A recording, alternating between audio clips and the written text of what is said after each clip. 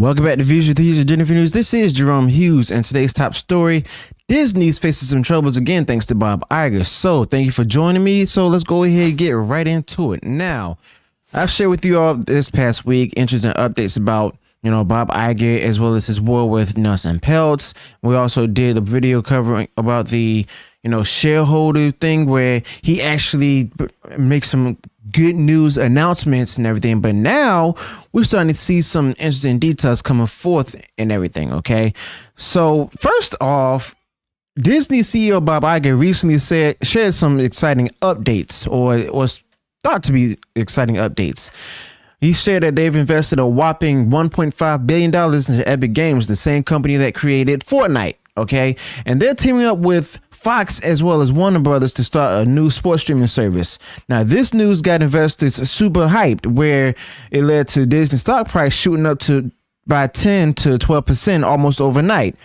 But hold up, not everything's as great as it seems first. But turns out Bob Iger's main goal right now is to shake things up at Disney, to get rid of some of the big names like Nelson Peltz and others from Trian, such as Ike Perlmutter and Jay Rizzullo. And if that's not enough drama, Disney's also facing lawsuits, including one that is related to a big Supreme Court decision about DEI, or otherwise known as diversity, equity, and inclusion in schools, and now it's affecting companies too. Christopher Rufo stirred the pot, and I shared this in video this past week as well, by releasing videos of Disney's bosses talking about race-based hiring, which has caught a lot of attention. And Nelson Peltz, well, he's not sitting quietly. He thinks Bob Iger's big announcements are just smoke and mirrors and not really planning to bring any real change. Now, about $1.5 billion going into Epic Games and new sports streaming service. Well, people are starting to ask tough questions like, why aren't other big networks involved? And what's this mean for Disney's other deals, especially with Hulu and Comcast? Speaking of Comcast, they're probably not too happy about being left out of the new streaming service, which could lead to some legal battles. Now, Nelson Peltz even wrote a letter to Disney shareholders calling out the company for not focusing on what really matters, like improving Disney's main content as well as dealing with competition from Universal Studios. Disney's CFO even admitted that they don't have a clear plan for their investments, including the sports streaming service, which might confuse customers and upset partners like Comcast and Charter.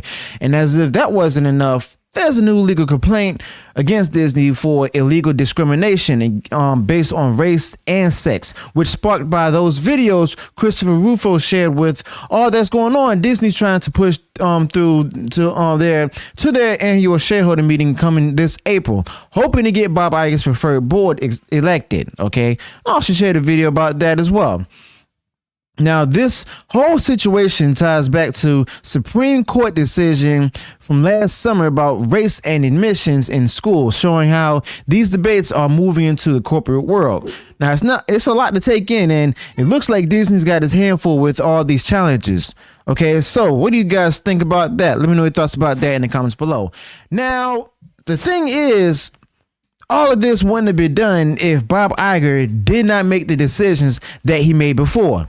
I'm not only talking about, where he's actually going ahead to just implement different political biases as well as agendas and different initiatives into the content. No, I'm also talking about going off where during this shareholder meeting, jangling keys, if you will, in front of the shareholders to get them all impressed and hyped up, and only to find out you got nothing. You got nothing. And the crazy part is that whenever that, this was all put out there and stuff, the stock price did shoot up by 10 to 12% overnight, granted, but also you got to have some things to back it up with it. What are you going to do? You should be focused on what are you going to do to make Marvel better, make Lucasfilm and Star Wars better, to make Pixar better and everything. What are you going to do to actually make back the money to the company? Okay, because it seems to me that Bob Iger is completely sold all in with the whole DEI initiatives. Okay, now I see that he's seeing that he's losing money. Quite frankly, he just doesn't care. Otherwise, we would have been changing course on this a long time ago, as well as to remove all of the DEI initiatives from this. As a matter of fact, that video on the video that I shared with you all on what Christopher Ruffalo shared on X, you know, that shows right there and proves that he doesn't care about the company losing money. He cares mainly about how to go ahead and take all the well-known IPs and then going ahead and just adding a lot of woke elements to it. Okay.